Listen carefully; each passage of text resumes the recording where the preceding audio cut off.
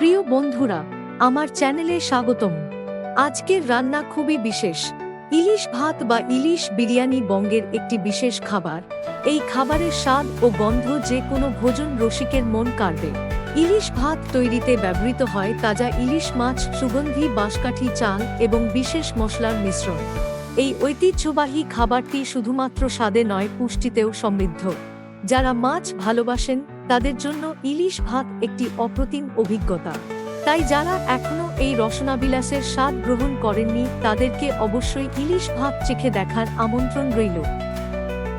প্রথমে মাছগুলো পছন্দসই টুকরো করে কেটে নিন। এটি সঠিকভাবে পরিষ্কার করুন।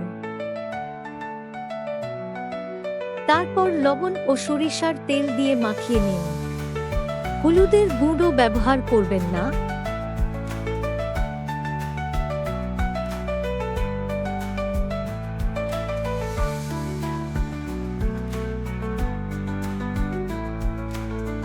ত্রিশ মিনিট ম্যারিনেট করে তারপর ভেজে তুলে রাখুন।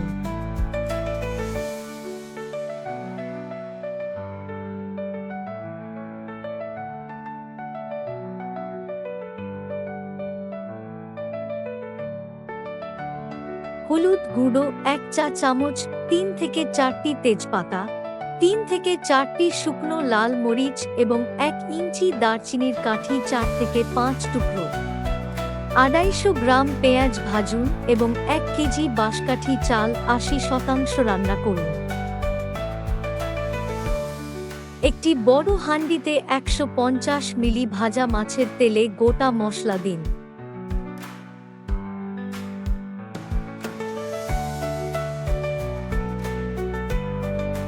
এক চা চামচ হলুদ গুঁড়ো দিয়ে কয়েক সেকেন্ডের জন্য ভাজুন। এটা পোড়াবেন না।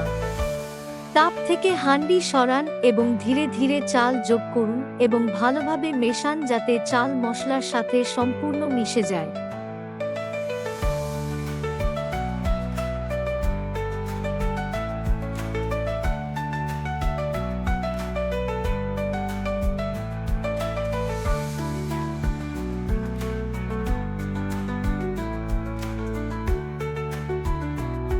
ভাজা পেঁয়াজ যোগ করুন এবং এটিও ভালোভাবে মেশান।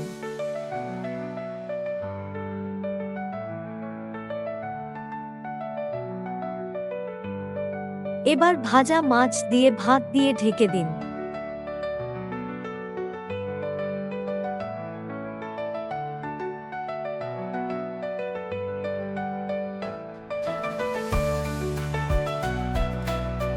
হাঁড়ি ঢেকে দিন এবং সিল করুন।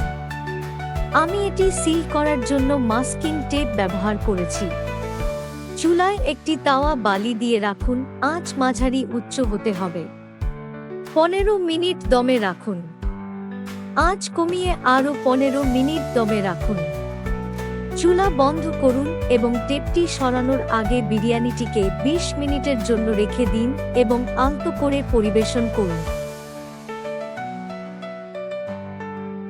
বন্ধুরা, এই মজাদার ইলিশ মাছের বিরিয়ানি রেসিপি দেখার জন্য আপনাকে ধন্যবাদ। আমি আশা করি আপনি আমার হোম স্টাইল উপভোগ করেছেন এবং অবশ্যই এটি চেষ্টা করবেন। অনুগ্রহ করে আমার চ্যানেলটি লাইক, শেয়ার এবং সাবস্ক্রাইব করতে ভুলবেন না। আমি শীঘ্রই ফিরে আসব আমার আরেকটি বিশেষ ঘরোয়া রেসিপি নিয়ে। তাই যত্ন নিন এবং সুস্থ থাকুন। এবার আসি।